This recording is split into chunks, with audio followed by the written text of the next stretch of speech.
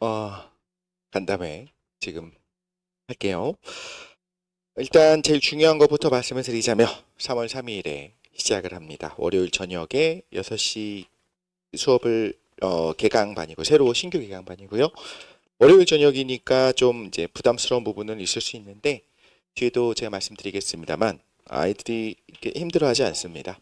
생각보다 강한 친구들이라서 주말을 보내고 월요일 날 저녁에 안타깝다 이렇게 생각하실 필요는 전혀 없어요. 좋아합니다.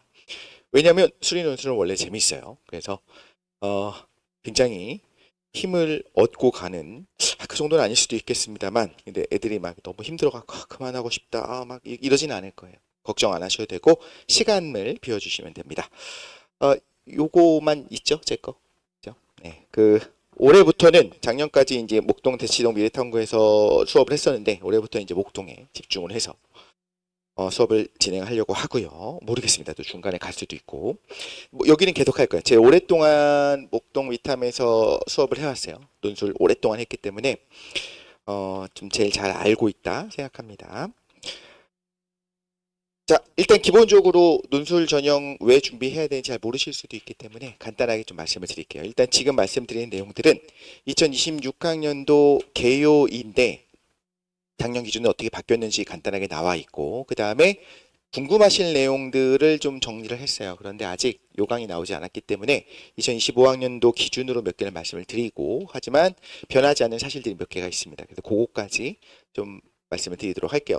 일단 작년 대비 바뀐 거는 여기 쭉 있는데 별로 중요하진 않은 것 같아요. 그죠? 그냥 한번 읽어보시면 되고 그냥 수능 응시 영역 지정이 해제됐다라는 거. 그래서 사실 뭐 문이과 어디든 뭐 할 수 있도록 이렇게 응시 지정을 해제한 학교들이 많이 있다라는 걸 얘기하는 겁니다.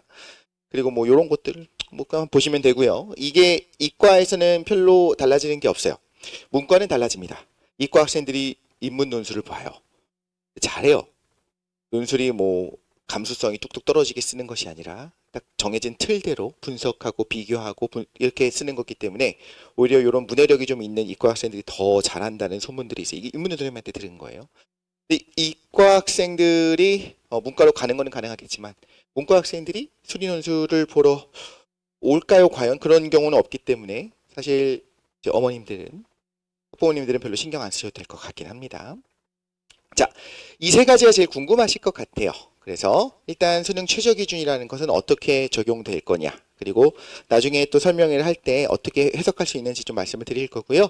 그 다음에 내신 준비 어떻게 되어 있는데 괜찮을까요? 괜찮습니다. 답을 말씀드리자면 그것도 말씀을 드리고 출제 범위 보통 궁금해 하실 테니까 다 여기 있는 내용이니까요. 그냥 이걸 어떻게 해석할 수 있는지 좀 복잡하게 나와 있기 때문에 제가 말씀드릴게요. 일단 최저 없는 대학들이 많이 있습니다. 이 대학들은 최저가 없어요. 그러면 이제 생각나는 건 이런 거죠. 최저 없는 대학이 합격이 더 쉽냐, 가기가 쉬운 거냐, 혹은 뭐 어려운 거냐.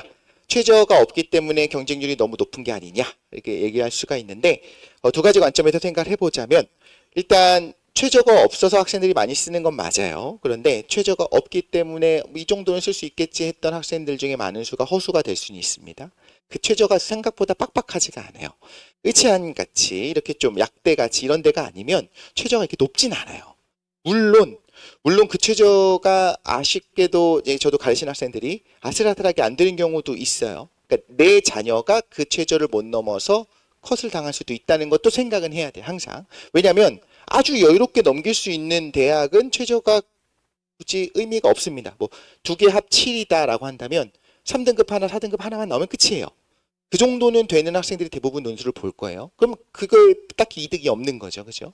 그런데 좀 아슬아슬하게 두 개 합 5 정도 되면 2, 3등급이 반드시 나와야 되는 그런 학교를 쓰게 되면 내 자녀도 혹시나 한 번도 그거 안 나온 적이 없지만 수능 때 안 나오는 경우들이 있을 수는 있어요. 그래서 그거는 양날의 검이 좀 있다라는 거고 그런데 어쨌든 저는 이게 몇 년 동안 쭉 지켜보다 보니까 최저가 없는 대학이 오히려 경쟁률이 높아서 사실 이렇게 최저를 넘기기만 하면 최저 있는 대학에도 이게 별로 없더라고요.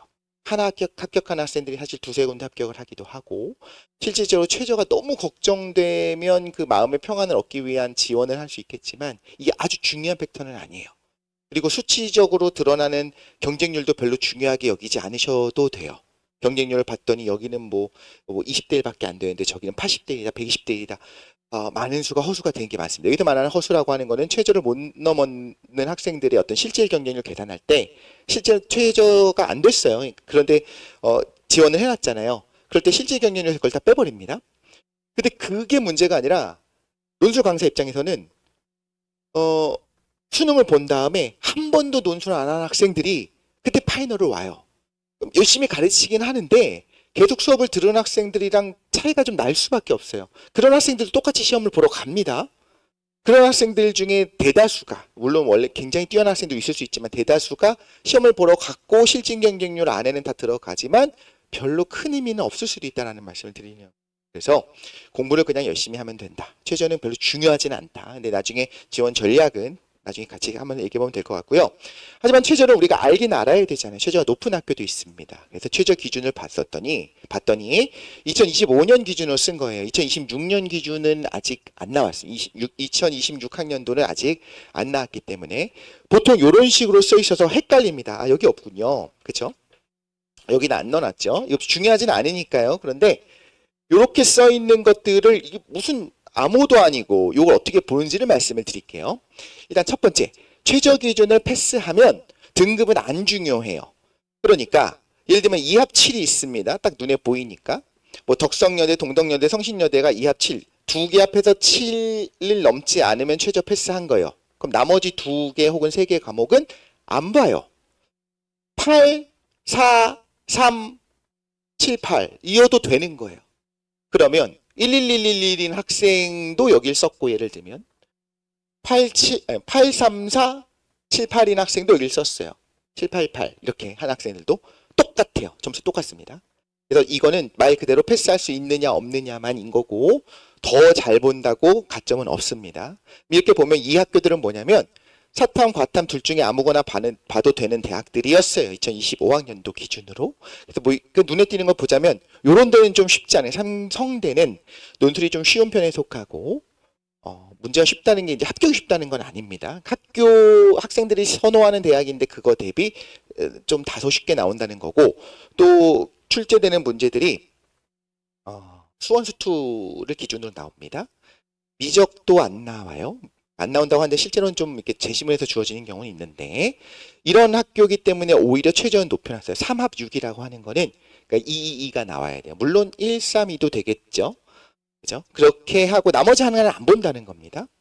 근데 여기 좀 흥미로운 게 성균관대는 수사 과투라고 써 있잖아요. 사탐, 과탐. 근데 그 두 개를 다 넣어줘요. 이것도 평범하지 않기 때문에 말씀을 드리자면 보통은 과학 두 개 혹은 사회과학의 탐구 영역 있잖아요. 평균을 내는 경우가 있고 잘 나온 거 하나만 넣어주는 경우들이 있습니다. 그래서 예를 들면 1이라고 써 있는 거 수학 그리고 사회, 사탐, 과탐 중에 하나 1이라고 써 있는 거는 잘 나온 걸 알아서 넣어주는 거예요. 한 과목은 2등급이 나는데 한 과목은 5등급이 나오면 2가 들어가는 거예요. 그리고 평이라고 써 있는 데가 있어요. 이런데 그러니까 의대죠. 4개 합쳐서 6등급 안에 들어가야 되니까 2등급 2개까지만 봐줄게라는 거겠죠. 수사과 그러니까 사탐 혹은 과탐 2개의 평균으로 들어갑니다. 여기 이런 데는요.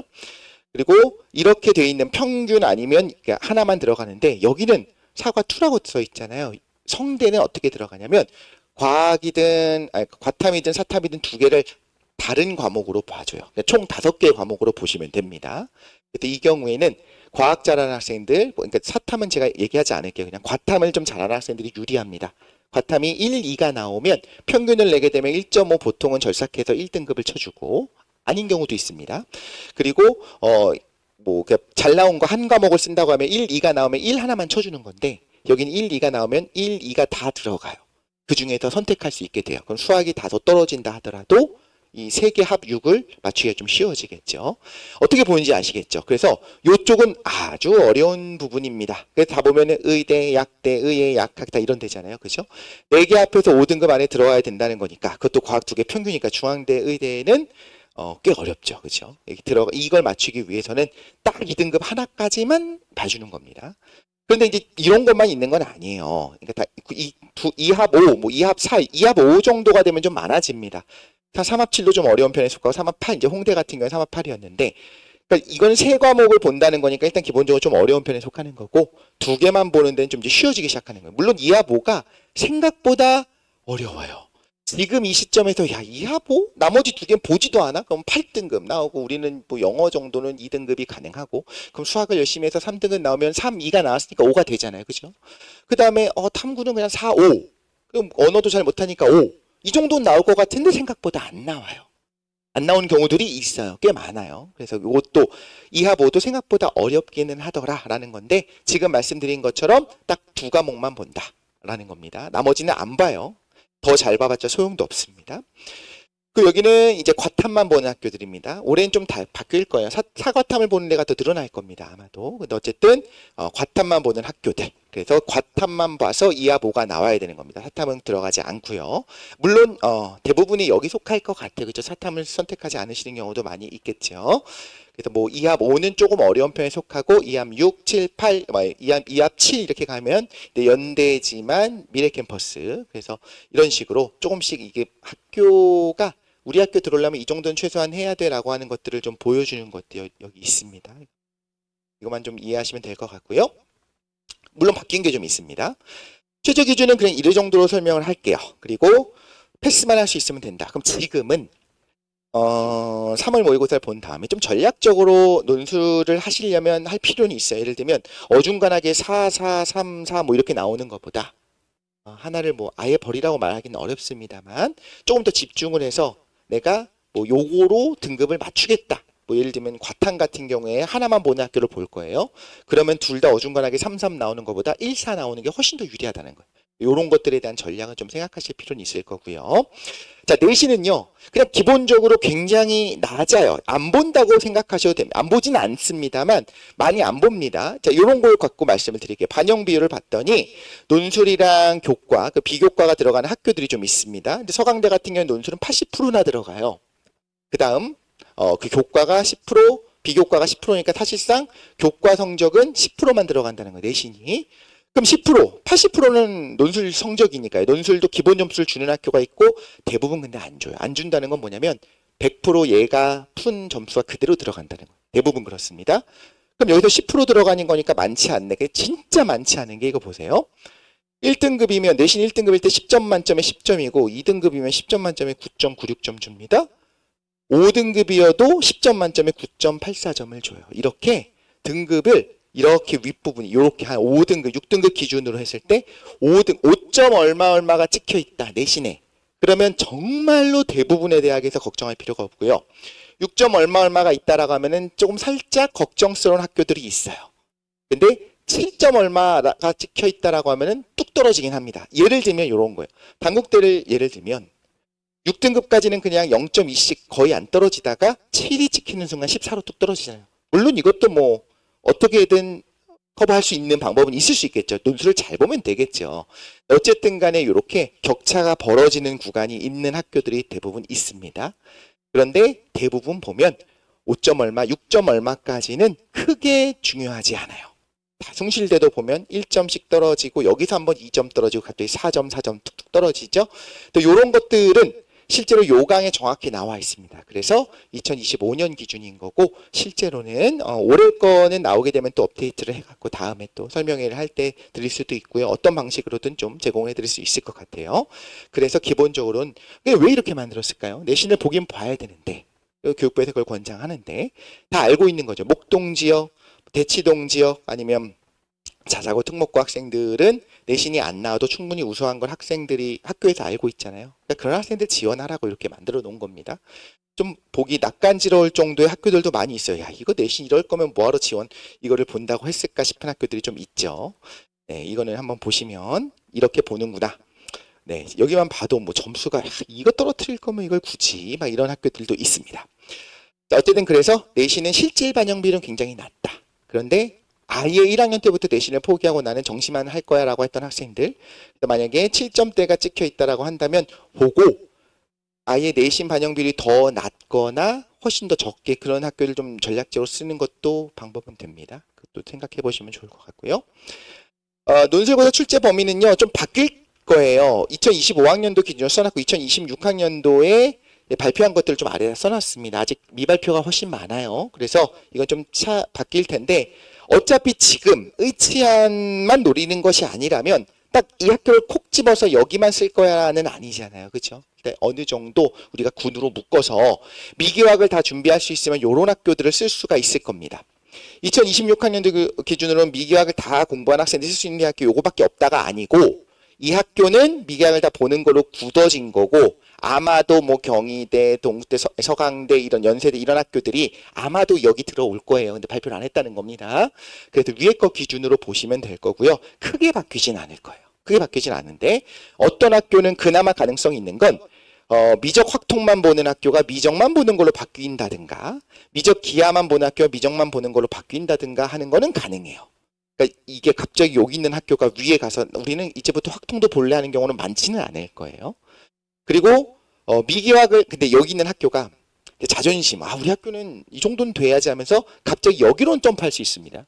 미기학을 다 보는 걸로 특히나 의체학 같은 경우에는 세 개 다 봐야 이 정도 되는 학생이 와야지 라고 여기로 올라갈 수는 있어요. 여기 있는 학교도 아래로 내려갈 수는 있을 것 같아요. 그런데 뜬금없이 들어가지는 않을 거다 아마 이렇게 생각하시면 되고요. 그럼 이 타이밍에 사실은 궁금하죠. 아니 미기학을 다 준비한 학생이 있을까요? 없습니다. 없어요. 거의 없다고 보시면 됩니다. 의치안 준비하는 학생들은 이미 고등학교 들어오기 전부터 어느 정도 두 번 뗐다, 세 번 뗐다 하는 분들도 있었을 수도 있겠지만 실제로 보면 또 논술 문제는 그렇지는 않고요. 미리 좀 말씀을 드리자면 우리 자녀는 심지어 아직 미적도 안 끝났는데 기하학통을 어떻게 준비해라고 생각하고 계시는 분들이 있을 텐데 옆에 분도 그 생각을 해요. 동일합니다. 진짜 동일해요. 매년 이 말씀을 드려요. 그런데 불안하죠. 어쩔 수 없습니다.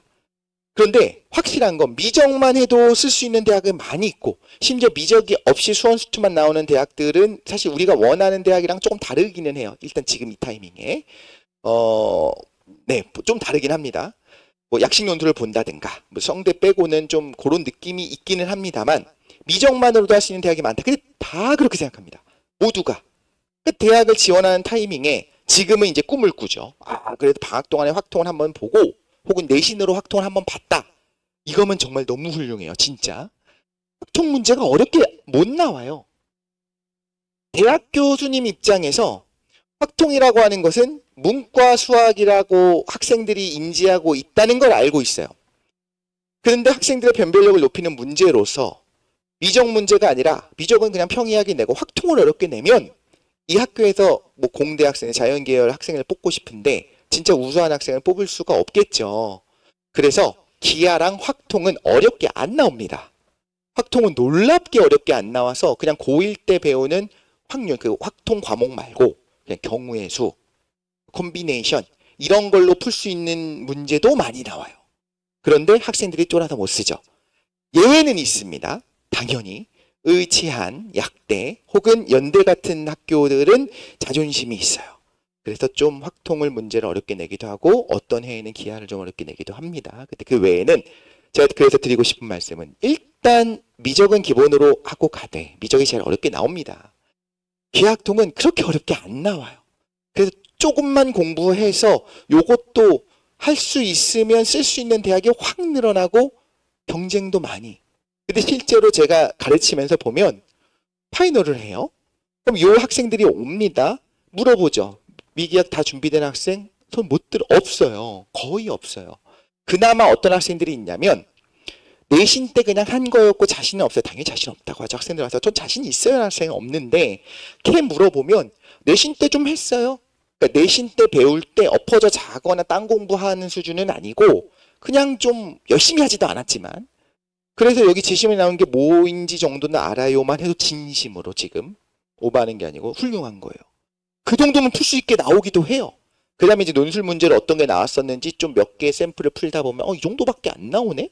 이 표를 분석만 할 수 있으면 되네? 조건방률이 뭔지 알고 베이지 정리 정도만 알면 풀 수 있는 문제들이 많이 나와요. 서강대에서도 그렇게 나왔고 연대에서도 그렇게 나왔고 그렇게 나왔어요. 정말 간단하게.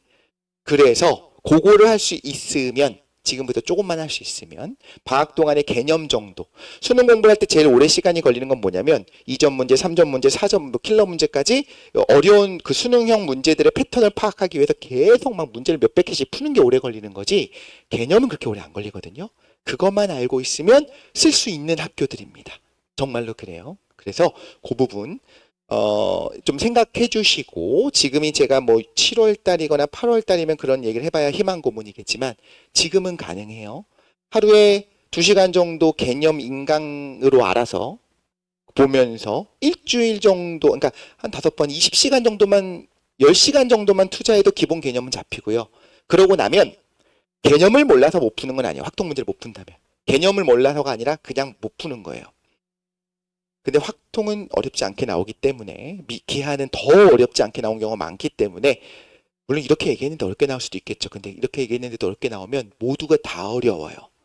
근데 제일 아쉬운 거는 진짜 문제 나왔는데 너무 쉽게 나와서 야 이걸 못 풀었을까 싶은데 지레 짐작해서 쫄아서 혹은 한 7월 달 정도 되면 내가 선택하지도 않은 걸 보고 있으려면 너무 불안합니다. 학생들이 못 봐요. 그럼 보고 나서 이제 가끔 연락하는 학생들이 있어요. 아 선생님 얘기한 대로 되게 쉽게 나왔어요. 근데 풀었어? 아니요. 너무 속상해. 그런 경우가 많이 있어요. 그래서 조금만 하면 가능은 하다라는 거는 제가 조금 말씀드릴게요. 자, 그러면 제 수업의 특징으로 넘어가기 전에 혹시나 지금 이 앞부분 전반에 대해서 질문이 있으면, 원래 끝나고 나서 질문을 받는데 혹시 지금 있으시면 질문 좀 받아볼까요? 없으십니까? 네, 그러면 음, 이런 건 있을 수 있을 것 같아요. 여기서 제가 이제 설명을 하다가 스피디하게 설명하려고 노력하다 보니 이제 빼먹는 건데, 그럼 어느 정도 학생이 이 수업을 들을 수 있나요? 라는 질문이 보통은 나오기도 해요. 근데 거기서 제가 드리는 말씀은 코어 수학이라고 이름을 붙였었습니까? 그래서 코어 실력이 3등급 정도면 좋겠다. 이상이면 좋겠다. 2등급이 더 좋고 3등급 정도면 충분히 따라갈 수 있는 수업을 할 거고요. 코어 실력이 4등급 정도라고 하는데 그 이유가 변명이 있으면 모르겠는데 그게 없고 그냥 나도 모르겠어요 라면 좀 어려울 수는 있어요. 그럼 그 코어 실력은 뭐냐? 이제 사물 모의고사를 보고 판단하면 좋겠는데 이런 거예요. 사물 모의고사를 봤어요. 그럼 이제 조용히 부르셔서 너가 지금 다시 풀면, 시험을 보고 채점도 했어요, 이 학생이. 그 상황에서 다시 지금 집에서 2시간을 줄 테니까 다시 풀러서 채점을 하면 커트라인은 보통 공개가 되니까 몇 등급 정도 나오겠니? 라고 하면 이제 학생들이 어떻게 이해를 하냐면 이게 딱 맞는 이해예요. 그게 다시 풀어도 못 풀 것 같으면 틀렸다고 하자는 거예요.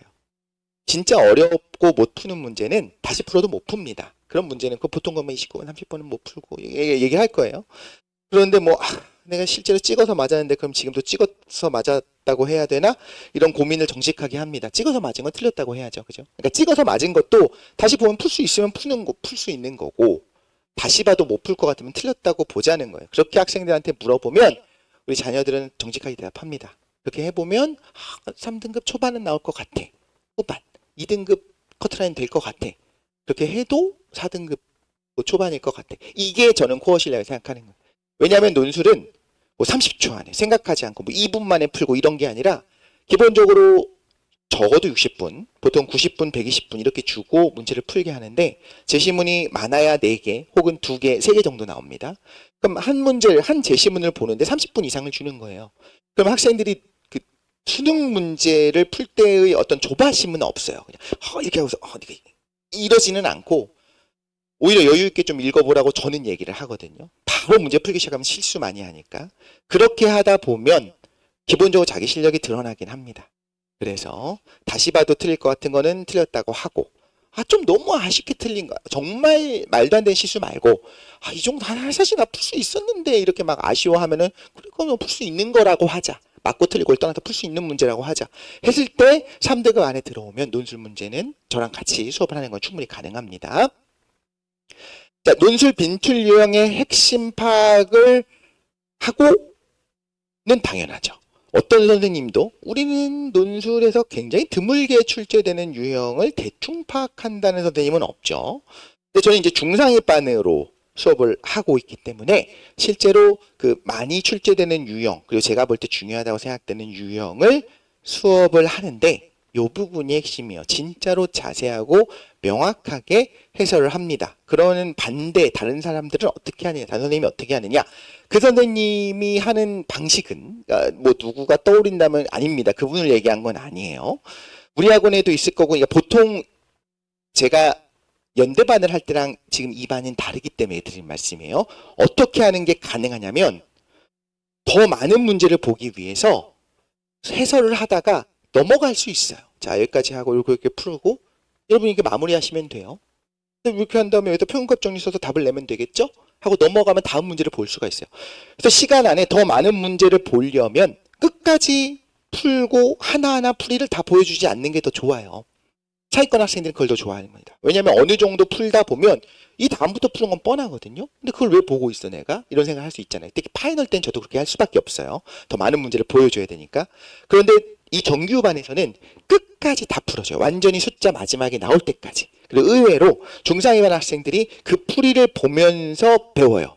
저는 이 정도 풀이는 알아서 할 수 있겠지 싶은데 생각보다 못하고 제가 풀어주는 끝까지 그 숫자 나오는 것까지 보면서 학생들이 배우고 그게 수능에도 도움이 되는 경우들이 있어요. 물론 수능 킬러 문제를 풀기 위해서 논술 듣는 거는 비효율적이죠. 그건 아닌데 그러니까 풀어주는 거는 끝까지 풀어준다라는 거고 단순히 끝까지 풀어주는 것이 아니라 4번으로 넘어가서 같이 접근도 여러 가지랍니다. 제 생각에는 하나의 문제를 풀 때 실제로 해설을 하다가 적당히 넘어가게 되면 2개, 3개 정도 할 수 있다고 쳐볼게요. 근데 저는 하나밖에 안 해요. 끝까지 풀어줘요. 대신에 이런 생각이 드는 거예요. 접근을 여러 개를 할 수가 있잖아. 풀이가 이 문제에서는 정답의 풀이가 있어요. 그리고 뭐 제시문 가를 이용하여, 뭐를 이용하여라고 써 있는 경우들이 있습니다. 근데 그게 없다면이라고 가정하고 다른 풀이도 보여줘요. 왜 그렇게 하냐면 해설을 다각도로 여러 개로 해주고 별애를 보여주고 접근도 여러 가지로 하는 거의 장점은 학생들의 시간을 낭비하지 않는 겁니다. 똑같이 제시문을 읽어봤고 문제를 봤어요. 그 파악이 끝났어요. 그 학생들이 최소한 저희 15분에서 20분 줘야 되거든요. 문제 읽어보고 네가 어떻게 풀지 생각해보라고. 그 다음에 만약에 새로운 문제를 제가 풀 거면 다시 15분, 20분을 줘야 돼요. 그런데 이렇게 하나의 문제를 갖고 다양하게 접근을 하고 다양한 별애를 풀어주게 되면 학생들이 먼저 문제 분석할 시간 20분 한 번만 주고 나면 그거에 대해서 2개, 3개의 풀이를 보여줄 수가 있어요. 그래서 제가 볼 땐 그게 더 효율적인 거예요. 그래서 문제 수는 다소 적습니다. 한 번 수업에서 3시간 반 수업에서 나갈 수 있는 진도라고 해야 될까요? 문제 수는 보통 많으면 3개고 보통 2개 정도, 2개 반, 보통 3개 정도 돼요. 그런데 막 나간다고 한다. 파이널 때 이제 6개도 풀어요. 대신에 끝까지 못 풀죠. 그 학생들한테 빚으로 남겠죠. 근데 어쩔 수 없어요. 제가 생각할 때 핵심적인 문제들을 막 보여주고 나면 그 중에서 나오는 경우가 있거든요. 실제로. 그런데 정규반에서는 정확하게 풀어주고 대신에 여러 가지로 풀어서 여러 수업을 듣는, 여러 문제를 푼 것 같은 효과를 낸다라는 겁니다. 자, 접근이 다양하다고 했잖아요. 접근 방법이라는 게 제가 볼 때 핵심인데 문제를 학생들한테 20분 정도 한번 훑어봐라고 해요. 훑어보라고 하는 이유는 뭐냐면 어차피 못 풀어요. 20분 안에는 절대 못 풉니다. 그러면 이렇게 문제를 보면서 어떻게 하면 이거 흐름으로 가는 걸까 이런 고민을 막 해보라고 합니다. 그 다음에 20분 뒤에 제가 풀어주기 시작할 때 자 이거는 이렇게 푸는 거예요 하면서 쭉 푸는 건 너무 간단합니다. 그런 수업은 인강에 많아요. 정답을 그냥 가르쳐주는 거예요. 제가 볼 때는 그 질문의 핵심은 요거예요. 근데 그 생각을 어떻게 했지? 라는 거예요.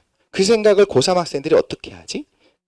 그런 이렇게 하는 거라는 걸 어떻게 알 수 있지? 그 접근이거든요. 이 문제를 어떻게 접근할 것인가. 제가 볼 때는 2번이 핵심 중에 하나인데 제가 되게 고민을 하는 거예요. 때로는 문제가 굉장히 간단하게 나왔어요. 그 예전에 이대에서 나왔던 문제, 그러니까 이대가 좀 그런 문제가 많이 있었습니다. 문제가 하나가 있는데 다른 학교에서 나왔던 거랑 똑같은 문제가 똑같은 진짜 말 그대로 똑같아서 깜짝 놀랍니다. 이거 이래도 되나 싶을 정도 똑같은 문제가 나왔는데 그 다른 학교는 힌트를 줬어요. 제시문에 부분적분이 써 있고 그 다음에 실제로 문제에서 부분적분을 이용하여란 말이 있었어요. 근데 이대 문제에서는 그게 싹 빠졌어요. 그냥 풀래요. 갑자기 난이도가 어마어마하게 높아집니다. 그러니까 대충 보면 이거 부분적분 하면 되겠구나라는 힌트가 전혀 없고 그렇게 안 보여요. 그러면은 제일 쉬운 풀이는 부분적분 하는 거예요 라고 하는데 그럼 학생들이 시험장에 가서 어떻게 이런 문제는 부분적분 한다는 거 어떻게 아냐라는 거예요. 그게 저도 이제 고민이었거든요. 근데 이제 가끔 이제 이렇게 풀게 하고 돌아다니고 하면서 이제 저도 피드백을 받고 학생들이 푸는 거 보다 보니까 어떤 학생이 풀었어요. 보통 풀 때는 어떻게 하냐면 단서 풀어봤니? 네. 아니면 뭐 수능 문제 비슷한 걸 해봤니? 네. 근데 그 학생은 안 해봤대요. 근데 풀었어요. 어떻게 풀었어? 했더니 얘가 해준 말들이 있는 거예요. 뭐 예를 들면 여기 차수가 좀 이렇게 내자고 했는데 제가 알기로는 이거 할 수 있는 거 이거밖에 없어서 그냥 해봤어요. 이게 핵심이에요. 이건 부분적 분을 하면 100% 풀리겠구나라고 확신을 갖고 풀 수 없어요. 모두 못하고 저는 합니다. 저도 못할 때도 있어요. 근데 이거면 될 것 같은데로 이렇게 더듬으면서 할 수 있는 건 요거밖에 없는데 하면서 그렇게 풀거든요. 그 접근을 이제 그 학생한테 제가 힌트를 받았잖아요. 고3은 이렇게 해서 생각할 수 있구나. 그 다음부터 수업에서 적용을 시키고 학생한테 가르쳐 주는 거예요. 풀이를 해서 숫자의 답이 나오기까지 하는 과정도 중요한데 제가 볼 땐 수업은 그거보다 요게 더 중요했어요. 얘들아 이런 패턴 하나도 모르겠지. 근데 뭘 물어봤어? 이걸 물어봤지. 이걸 할 수 있는 거 너네 뭐밖에 없어. 너네가 생각할 수 있는 거 뭐가 있어? 한 두세 가지 정도 나와요 보통은. 그 중에 진짜로 이렇게 해서 수업 중에 얘기해요. 해봐. 이거로 하는데 안 되는 게 느껴지면 두 번째로 가. 보자마자 1, 2, 3번 중에 두 번째 방법인 걸 보자마자 알 수 있는 방법은 학생들은 없어요. 저는 그러니까 여러 문제를 봤잖아요. 사실 좀 반복되거든요. 옛날 문제들이 반복돼요. 다른 학교 문제들이. 그러니까 이거겠지라고 푸는 거지 학생들은 못 풀어요. 그러면 문제를 보자마자 이건 확신은 못하겠지만 풀 수 있는 건 요거밖에 없는데를 생각할 수 있으면 저는 그 학생은 대단히 탁월하다 라고 생각해요. 그것만 하면 돼요. 그 다음부터는 이 중에서 내가 좀 가다 보니까 이건 안 되네? 이거 아니었네? 이건가? 안 되네? 이건가? 했는데 풀어져. 근데 그게 맞는 거예요. 아니면 그렇지 않은 학생들 일반적으로 자연계열 문제를 보게 되면 잘 푸는데 그 학생은 풀어본 겁니다. 여기 안 써놔갖고 지금 하나만 말씀드려야 되는데 대학의 서열이라고 제가 말씀드리지 않을게요. 선호도가 있잖아요. 그 선호도 상에서 성대는 꽤 높은 곳에 속할 거고 서강대, 성대, 연대 이렇게 높은 데 있을 거고 고대는. 그리고 지금 어머님들이 생각하는 선호도 좀 낮은 대학이 있잖아요. 난이도와는 비례하지 않습니다. 전혀 그렇지 않아요. 그거에 대한 증거를 하나만 좀 말씀을 드리자면 인하대를 말씀드릴게요. 여기는 목동이고 인하대랑 가깝고 인천이랑 가깝고 실제로 인하대는 지금 타이밍에는 나 인하대를 원하지 않는데 싶으실 수도 있겠지만 나중엔 좀 다른 생각이 드실 수 있어요. 그러니까 그 잠재력이 있는 학교라 생각하니까 인하대에 어떤 해 재작년에는 문제가 다소 쉽게 나왔었습니다. 어렵게 나왔었습니다. 그러니까 A형, B형, 오전, 오후가 이제 문제가 다르게 나오는데 어렵게 나올 때는 학과의 합격생 평균 점수가 44점, 43점. 어떤 문제에서 어떤 학과는 30점대, 20점대까지 떨어져요. 100점 만점에 합격생 평균이 20점대예요. 그러면 합격해요. 그 학교에 의예가 있잖아요.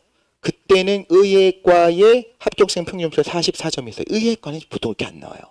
100점 만점에 의대 가는 학생들이 논술 문제 44점 나왔다고요. 연대 붙은 학생들이 그 문제를 보면 100점 나올까요? 아니에요.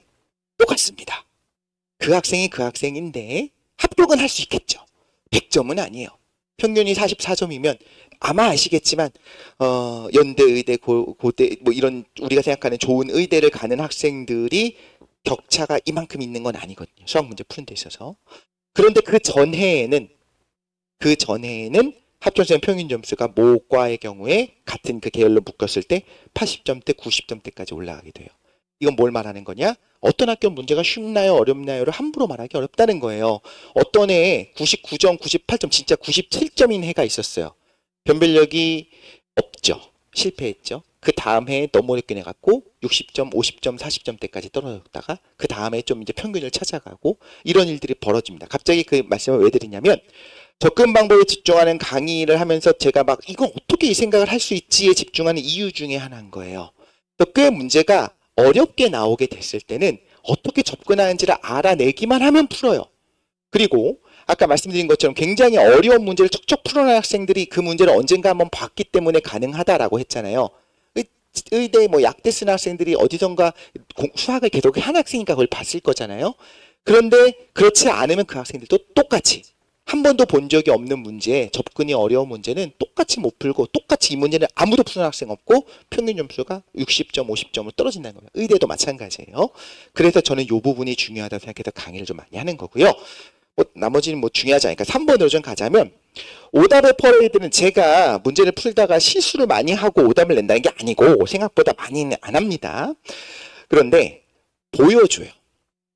물론 제가 틀린 다음에 오답을 보여준 거였어라고 이제 변명을 한다는 게 아니고 풀는 과정에서 잘못된 풀이를 보여주는데 왜 그러냐면 그 학생들이 많이 하는 오답이 있어요. 저는 보입니다. 많이 했으니까. 그래서 심지어 제가 모의고사를 보고 걷었어요. 그 다음에 이거 첨삭은 다음 주에 할 겁니다. 저는 이 학생들이 뭐라고 썼는지 몰라요. 그 상태에서 이제 그 문제에 대한 풀이를 바로 해주거든요. 그날. 하다 보면 자 이거에서 답이 이거 나온 학생들이 있지 이건 틀린 거고 이렇게 했던 학생이 있으면 틀린 거야 라고 하면 학생들 표정이 좀 이상한 애들이 있어요. 집에 가서 제가 이제 첨삭하면서 보면 그 학생이 그렇게 푼 거예요. 자기가 실수한 거를 내가 선생님이 어떻게 알았지? 그러니까 저는 이제 위로를 하기 위해서 그런 얘기를 해주는 거죠. 너만 그런 게 아니야. 이렇게 하는 학생들이 많아. 근데 많다는 건 뭐냐면 그만큼 학생들이 어떤 오개념을 가지고 있는 경우가 많은 포인트가 있어요. 저는 그걸 공부하는 게 실력이 큰다고 생각해요. 내가 맞았어요. 바른 개념을 갖고 정확히 풀었어요. 그게 아니라 실수를 했을 때 그 실수다, 오개념이 있었다라. 그러니까 여기서 말하는 실수는 그 숫자 잘못 쓴 실수가 아니고 오개념 때문에 실수를 했다면 그게 내 실수했네. 내가 잘 몰랐었네 라는 걸 알면 실제로 그 이후에 다시는 그 실수를 안 합니다. 그런데 사실 오개념이 있었어요. 잘 몰랐어요. 정확히 이게 이런 의미인지 잘 몰랐는데 적당히 수능에서는 사실 그래도 되거든요. 풀어지거든요. 그런데 논술은 왜 그런 개념을 생각했고 왜 그 풀을 하고 이제 써야 되잖아요. 이유를. 근데 그걸 이상하게 쓰고 했었는데 우연히도 모의고사를 볼 때는 한 번도 틀린 적이 없었는데 그러니까 자기도 확신은 못하는 거예요. 근데 이렇게 대충 하니까 되더라 라고 했는데 시험장에 갔을 때 실수할 수 있겠죠. 그래서 저는 수업 시간에 실수를 차라리 하면 좋겠어요. 최악은 백지입니다. 백지도 많아요. 거의 못 쓰는 경우에는 실수도 안 한 거죠. 근데 내가 썼는데 정말 티피컬한 실수를 했다? 혼자 막 너무 뿌듯해요. 이 학생 다시는 안 틀리겠구나. 그렇죠? 그래서 그런 걸 많이 보여줘요. 여러 개의 오개념을 보여주고 그걸 통해서 이게 왜 오개념인지 왜 이런 실수를 하고 있는지 알고 나면 실제로 내가 실수를 안 했어도 보통 학생들이 그런 실수를 한다는 걸 알게 되면 그때부터는 더 잘할 수 있다라고 생각하고 수업을 잘 듣는 학생들이 그게 됩니다. 그래서 요렇게 요 부분도 좀 집중하다 보니까 어쩔 수 없이 그게 다 이 자세한 해설 안에 들어가는 거고 문제수는 좀 다소 줄어든다는 겁니다. 5, 6번은 뭐 대부분 이렇게 하실 것 같아서요. 그 모의고사 매번 볼 거고요. 그리고 지면 첨삭은 제가 집에서 첨삭을 해온다는 거죠. 그리고 실제로 학생들 한 명 한 명 보면서 대면 첨삭을 할 거예요. 그래서 각 와서 불러서 앉아봐. 네 문제를 네가 봐봐. 일주일 지나면 자기도 까먹어요. 그러고 나면 내가 쓸 때는 괜찮게 쓴 줄 알았는데 일주일 뒤에 보면 자기도 야 이게 무슨 글자야? 그리고 이거에서 이걸 왜 넘어갔어? 이거 무슨 식 적용한 거야? 라고 물어보니 첨삭했으니까 저는 알죠. 근데 물어보면 본인 답안지도 이렇게 쳐다보고 있다가 잘 몰라요. 그러니까 그거를 그렇게 쓰지 말라고 하는 거예요. 쓰는 학생은 머릿속으로 생각하면서 써요. 이거에서 이거 적용하면이라고 하고서 그 적용하면이란 말은 빼고 그냥 써요. 그러니까 뭐 종합적으로 딱 닿죠. 일주일 뒤에 자기 답을 보면 여기 뭐가 들어갔지? 이게 뭐 가정이었었나? 증명이었었나? 뭐였나? 헷갈릴 때 그거를 써라고 얘기를 하는 거죠. 그래서 첨삭은 매주 할 겁니다. 질문도 1대1로 계속 받을 거고요. 이 시간에. 그리고 요건 뭘 말하는 거냐면 이게 좀 6번이 좀 중요한데 중상위권 학생들은 대학을 지금 정해놓지는 않았어요. 만약에 의지한 약대 중에 하나 갈 거예요. 혹은 뭐 항공운항과를 갈 거예요. 혹은 뭐 무조건 간호대 중에 하나에 갈 거예요. 이렇게 꼽아놓은 학생들은 그러니까 쓸 수 있는 대학이 많지 않습니다. 그럼 컨설팅 필요 없어요. 최상위권 학생이어서 그런 학교도 뭐 약대 2개 정도 쓸 거고 그 다음에 연대, 고대까지만 쓸 거예요 해도 사실 뭐 그냥 적당히 하면 되는데 그게 아니라 일단 수능을 보고 난 다음에 등급에 맞춰서 쓰는 학생들이 대다수예요. 그러면 무조건 뭐 건대를 간다가 아니고 예를 들면 건대, 홍대, 뭐 동국대, 여기에 뭐 경희대 여기 중에 어디가 나을까? 경희대는 근데 캠퍼스가 수원에 있다는데 막 이거 그걸 맞춰서 써야 돼요. 그 군을 묶어서 그 중에 뭘 쓸지 생각을 하게 돼요. 그렇죠?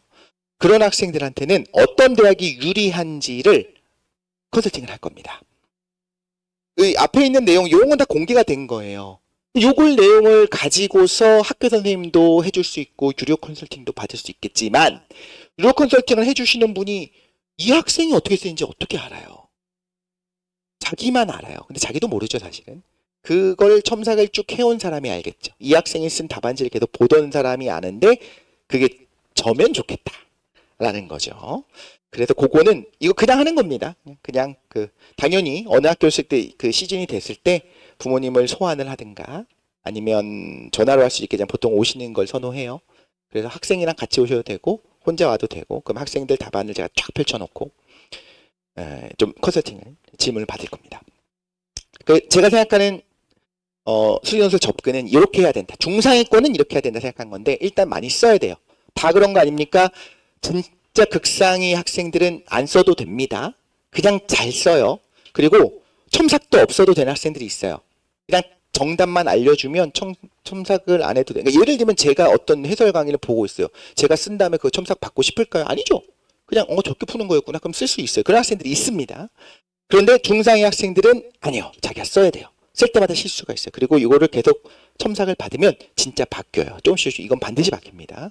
그래서 많이 쓰게 하고 매 시간 논술 모의고사 볼 거라는 거고 개별 첨삭도 사실 우리 학원도 저 상위반 선생님은 개별 첨삭은 안 하고 몇 개의 첨삭 좋은 예들을 복사해서 나눠주시고 수업을 하셨었어요. 그렇게 지금 그러니까 올해는 어떻게 하실지 모르겠어요. 근데 상위반은 그게 더 유리할 때가 있어요. 내 답이 중요한 게 아니라 이거 어떻게 푸는 거지? 해설만 있으면 되는 거예요. 근데 좋은 답의 예, 안 좋은 답이라면 왜 안 좋은 답인지 그 샘플을 보고 본인이 공부할 수 있는 경우도 있어요. 근데 중상위반 학생들은 내 답이 뭐가 실수가 있는지 어떤 개념에 오개념이 있는지를 아는 게 중요해서 개별 첨삭을 좀 할 겁니다. 그리고 지원학교는 지금 말씀드렸죠. 개념은 같이 할 거예요. 그래서 물론 수능 개념 강의하듯이 하는 건 아닌데 대부분의 여기서 말하는 개념 설명이라는 건 자 오늘부터 문이란 무엇인가를 보여주겠다 이런 것은 아니고 학생들이 가지고 있는 이상한 개념 잘못된 개념들이 있어요. 수능에서는 별로 중요하지 않아서 근데 논술에서는 그 개념을 써야 돼요. 사용해야 되고 서술해야 돼요. 그래서 그거를 설명을 하면서 갈 겁니다. 그래서 이런 질문이 나오는 거죠. 아직 진도가 안 끝났어요. 진도가 끝나는 거는 진도가 끝나면 다 알 거라고 생각하십니까? 그건 아니죠. 수능을 볼 때쯤 되면 진도가 끝나죠. 그 학생들이 다 맞지는 않죠. 그래서 예를 들면 미적 준비가 끝났어요 라고 하려면 한 3수 정도 되면 가능하려나. 그러니까 끝나지 않아도 돼요. 진짜 그렇습니다. 끝나지 않아도 돼요. 저랑 같이 가면 됩니다. 디딤돌처럼 중요한 부분 탁탁탁 집어서 제가 이 문제 푸는데 필요한 개념 설명할 거고 그걸 기억하면서 가면 됩니다. 그러면서 문제를 쌓아 나가는 거예요. 얼마나 할 수 있는지. 그래서 진도 안 끝나도 됩니다. 제가 가르쳐 줄 거고요. 학생들이 처음으로 돌아가서 월요일이다. 안타깝다. 우리 아이들. 아니 괜찮아. 애들 좋아해요. 논술은 원래 재밌어요. 제가 이걸 빠먹었네요. 저 수능 논술만 합니다. 수능을 안 하고 내신도 안 해요. 어느 날 제가 이제 내신 강의를 여기다 깔면 많이 힘들구나 라고 생각하시고 조용히 소문을 안 내주시면 좋겠지만 지금까지 계속 수능 논술 진짜 재밌어요. 학생들도 그걸 알아요. 문제풀이 기계를 만드는 것이 아니고 자 핵심적으로 수학 논술 문제 만드는 교수님들이 이 문제만 풀면 우리 학교 뽑아줄게 라고 문제를 만들잖아요. 과연 기계처럼 만들 거 아니에요. 진짜 핵심적인 내용을 담고 학생들이 얼마나 그 개념을 잘 풀어낼 수 있는지를 보고 싶어서 만드는 문제들이에요. 재밌어요. 문제 잘 만듭니다. 학생들이 좋아하는데 당연히 하하호호 웃는 건 아니에요. 아무도 안 웃어요. 하지만 너무 막 엄마 나 진짜 가기 싫어 막 이러진 않을 거라고 생각해요. 진심으로. 재밌습니다. 논술 문제는 재밌어요. 그래서 에너지를 얻어간다라고 개인적으로 생각합니다. 적어도 저한테 그렇게 하는 학생은 없었어요. 울면서 가기 싫다. 자, 꾸준히 학생들이 듣는 건 뭐냐면 실제로 학생들이 꾸준히 들어요. 그만두는 학생들도 있죠. 어려워서일 수도 있고 여러 가지 이유도 있겠지만 네가 못 가르쳐도 못 듣겠어 하는 경우는 저한테는 들리지 않았습니다. 그리고 실제로 이게 좀 놀라운 게 학생들이 다 알거든요. 시간 낭비 같으면 그만둬요. 그래서 그만두게 제가 잘 하지는 않습니다만 한 4번 정도 5번 정도 수업을 들어보고 빨리 판단하라고 지금 권장을 드릴 거예요. 나중에 방학 때 왔어요. 저 여름방학부터 여름방학 특강이 있습니다. 그때 딱 들어왔어요. 그거에 맞춰서 마지막 커리큘럼을 짜는데 그때 들었는데 얘가 꽤 잘해. 근데 여름방학 특강 때는 첨삭을 못 하거든요. 진도를 팍 빼야 되니까. 그런 상황에서 너무 아쉬울 수가 있어요. 차라리 좋은 건 빨리 듣고 진도 안 끝났어도 괜찮아요. 처음 개강할 때부터 듣고 아니다 싶으면 빨리 빼고 옵션에서 이걸 지워버리고 차라리 정시에 집중하는 게 나아요. 정시를 적당히 난 내신이 그 진도가 끝날 때까지 할 거야 하다가 근데 이제 쓸 때쯤 되니까 논술도 보긴 봐야 될 것 같고 너무 아깝고 그 카드가 해서 오면 그래서 안 되면 뭐 아쉬울 건 없는데 잘하면 아쉬워요. 진짜 그 학생이 잘하면 좀만 빨리 오지 이럴 때가 있어요. 한번 지나간 문제 다시 못 푸니까. 그래서 일단 좀 빨리 오는 게 좋고 학생들이 스스로 도움이 안 된다 생각하면 나간다고 할 거예요.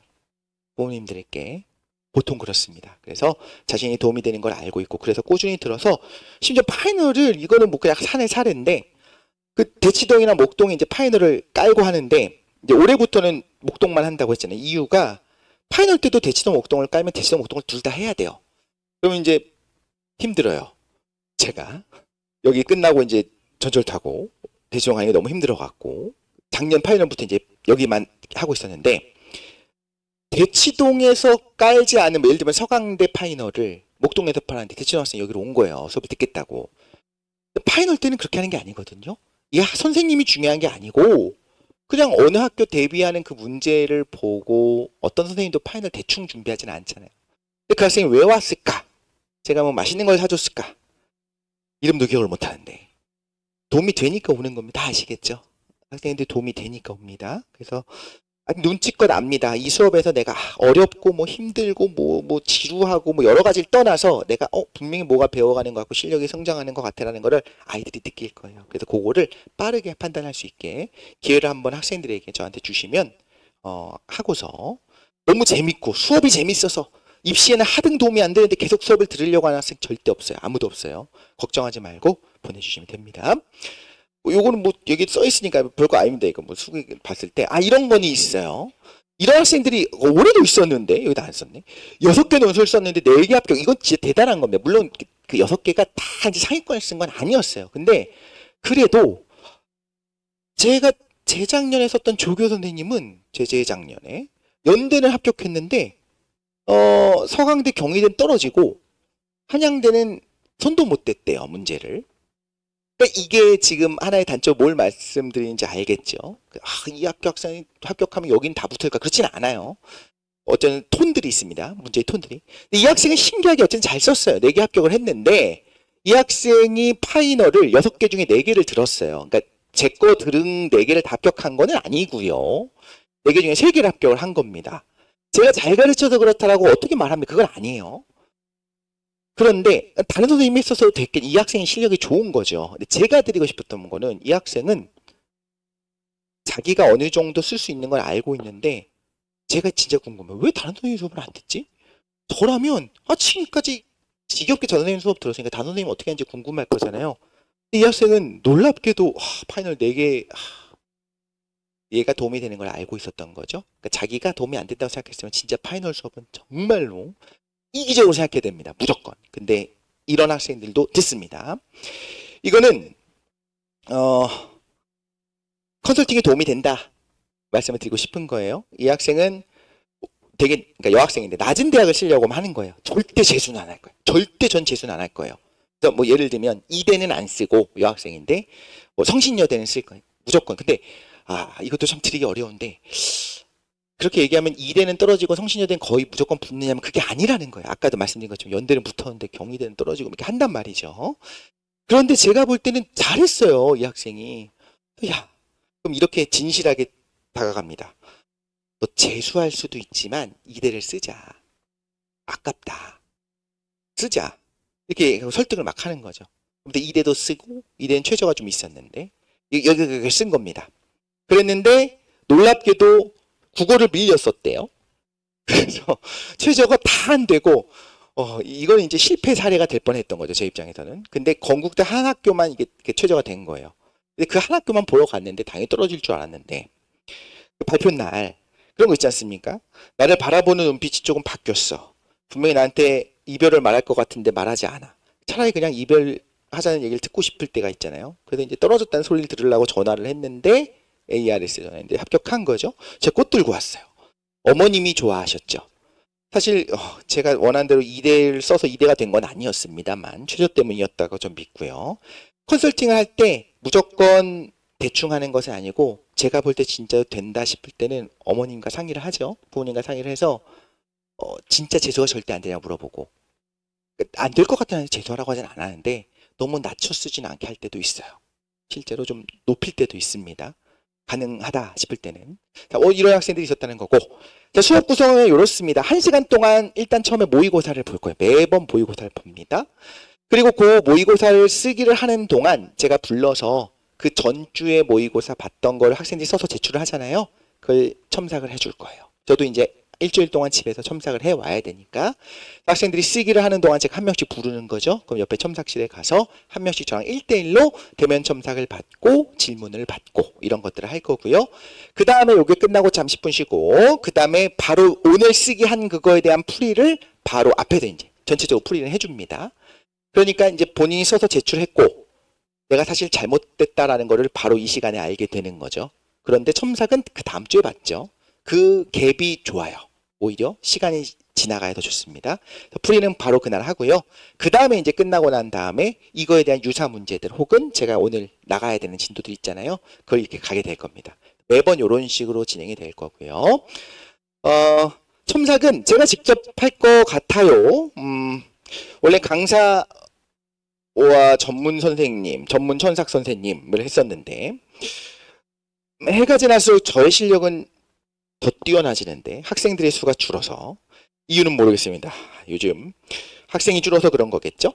그래서 첨삭 선생님은 아마 파이널 때 쓸 것 같고 제가 첨삭을 직접 할 겁니다. 그게 장점은 그렇게 해야지만 상담할 때 진짜 도움이 돼요. 제가 다 직접 했으니까 딱 보면 알아요. 이런 것들을 통해서 하게 될 거고요. 저한테 직접 질문 시간도 주어질 겁니다.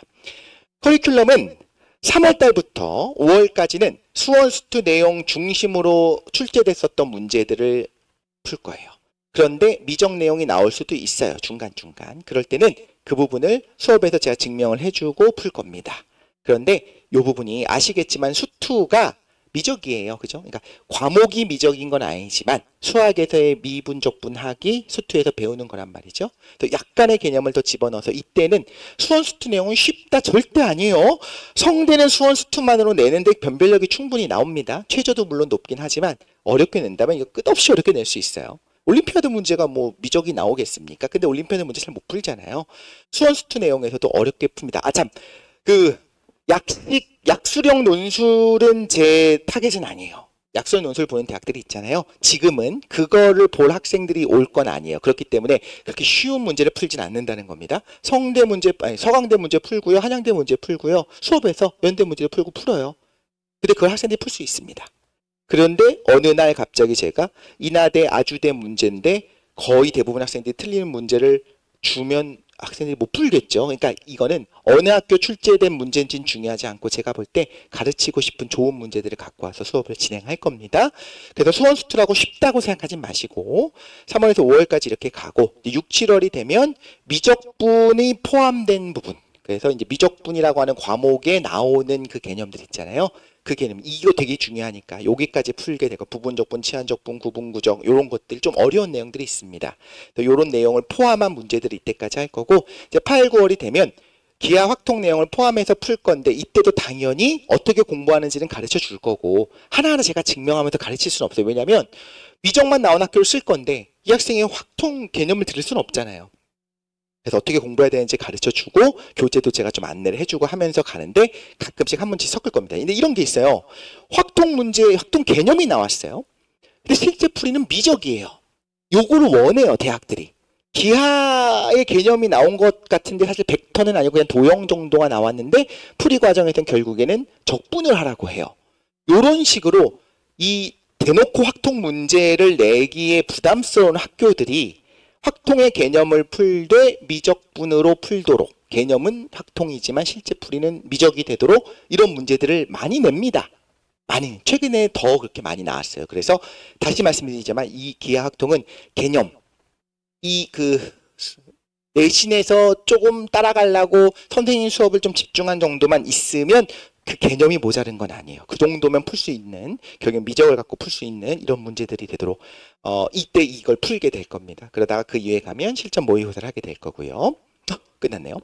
자, 지금 굉장히 중요한 시기인 걸 알고 있기 때문에 3월부터 시작한 학생들 저도 열심히 해서 최대한 좋은 내용들 꽉꽉 채워서 끝까지 하도록 하겠습니다. 월요일 날 6시부터 9시 반이고요. 실제로 9시 반에 안 끝나요. 한 9시, 빠르면 40분, 늦으면 10시는 안 넘깁니다. 불법을 행하지 않겠습니다. 그런데 와서 기다리시는 분들이 있으니까 좀 안쓰럽지만 그렇게 생각을 해주세요. 저도 칼같이 나가고 싶어요. 근데 이거 하다 끊기면 되게 그렇잖아요. 근데 어중간하게 9시 20분에 끝날 때가 있어요. 풀이가. 그러면 오늘은 그냥 10분 일찍 끝내자고 할 때 진짜 죄책감 느껴져요. 이게 얼마짜리 수업인데 얘네들이. 애들은 그렇게 생각 안 하거든요. 그럴 때 조금 한 15분짜리를 하나 더 하면 좀 넘어가요. 항상 좀 넘어가요. 어머니들은 이제 주차할 때도 없고 불편하실 수 있지만 조금이라도 더 해주려고 하는 거니까 그것만 좀 공감하고 이해해 주시면 좋겠습니다. 3월 3일 날 시작하는 강의고요. 자, 그러면 질문을 좀 받고요. 수업에 대한 질문이나 전반적인 질문도 괜찮습니다. 그리고 혹시 상담이 필요하신 분은 일단 요거 끝난 다음에 상담을 잠깐 저랑 하셔도 좋고 원장님만 해도 될 것 같아요. 일단 혹시 수업에 대한 질문 있으신 분들은 해주시면 좋습니다. 네. 네. 네, 그렇죠.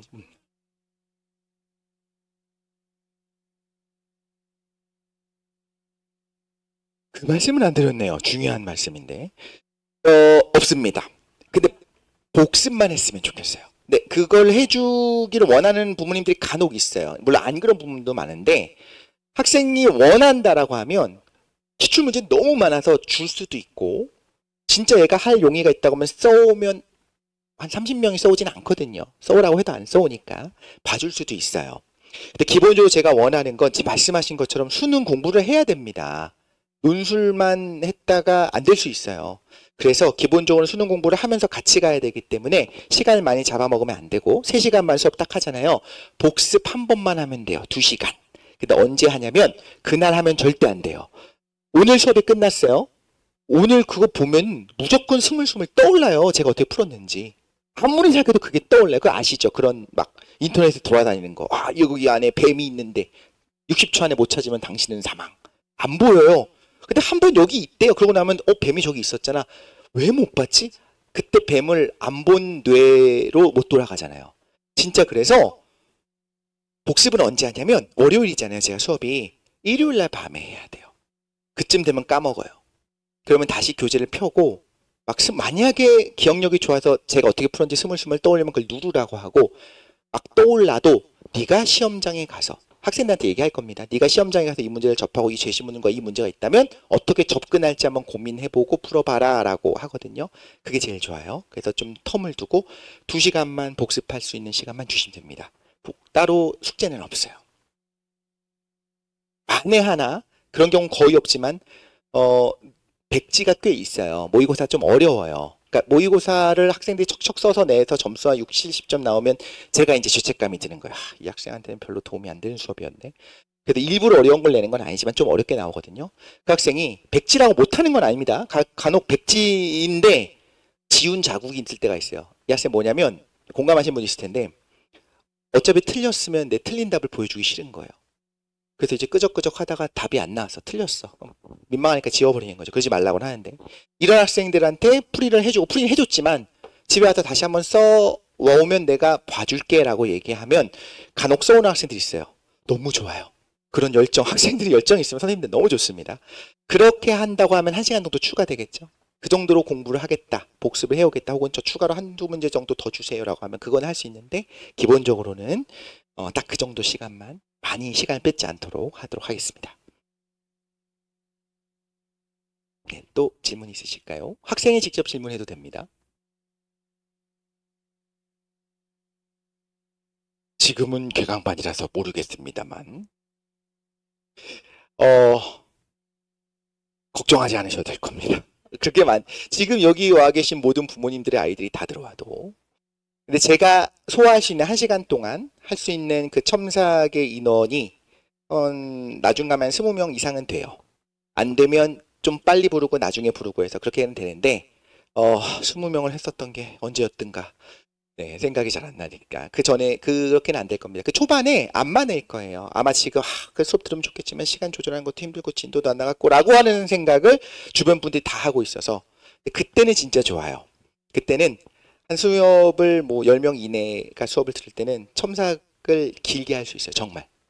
근데 뭐 학생들이 별로 원하진 않습니다. 왜냐하면 첨삭을 길게 받으면 자기 쓸 시간이 줄잖아요. 그래서 그런 건 있어요. 걱정 안 하셔도 되고 벅차다 싶으면 바로 분반을 해서 수업은 추가를 할 거니까 괜찮습니다. 네, 네. 들어보면 알 것 같아요. 왜냐하면 자신감에 넘쳤는데 풀이 죽을 수도 있어요. 어떤 학생은 자기가 못한, 그러니까 제가 이런 사례가 있어요. 실제로 보면은 첨삭을 하다가 이제 모의고사를 보고 나면 제가 등급을 다 조달을 해갖고 확인을 하잖아요. 얘가 이렇게 했는데 2등급이 그러니까 4등급이 나와 하고 놀랄 때가 있어요. 너무 잘 써요. 2등급인 학생보다 더 잘 써요. 근데 너 이렇게 나오니? 왜 그러니? 너무 무서워서. 모의 수능을 볼 때는, 모의고사를 볼 때는 너무 막 이러고 보는 거예요. 자기 실력 발휘가 안 되는 학생이 있어요. 이런 학생 진짜 논술을 해야 되는 거고. 아쉽게도 반대도 있어요. 야, 얘가 왜 네가 1등급이 나와? 이런 학생이 있어요. 그 학생이 사실 수학 실력이 있는 거죠. 근데 논술을 못한다기보다는 아무리 쓰라고 해도 안 쓰는 거예요. 그래서 뭘 더 써요? 야, 이게 교수님들이 보면 이거를 논술 답이라고 생각하겠니? 이거는 풀이 과정을 쓰는 게 아니야. 논술이야. 서술을 해서 내가 이렇게 하는 걸 써야 돼. 근데 알았어요 하고 다음 주에도 안 쓰고 그 다음 주도 안 쓰고 이러면 이제 사실 논술이 안 맞아요. 근데 그거는 학생이 들어봐야 알아요. 근데 자신감이 없지만 수업이 재밌다라고 느끼고 한번 해보고 싶어. 그래서 너 썼니? 아니 백지 냈어. 괜찮아. 백지 많이 내요. 근데 배우는 것도 있는 것 같고 이렇게 하는 건 좋은 것 같아라고 하면 보내주시면 계속 보내주시면 되고 하는데 꽤 수학을 잘하는 줄 알았는데 이 문제는 나랑 안 맞는 것 같아라고 학생들이 실제로 얘기해요. 그걸 믿으시면 됩니다. 네, 네. 좋은 질문입니다. 원장님은 저희 반은 항상 원장님이 하시는 말씀은 어차피 내신을 안 하는 학생들이 많다. 실제로.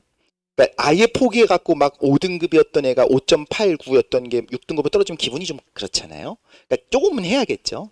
어차피 내신으로 할 것이 아니고 수시는 어차피 논술만 쓸 거니까 내신 휴강 하지 말자고 매년 원장님은 원하시고 저는 그때가 아니면 언제 쉬냐.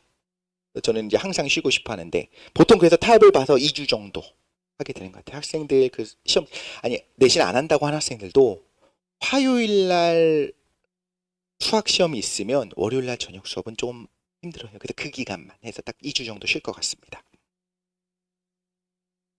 그리고 항상 영상은 찍을 거예요.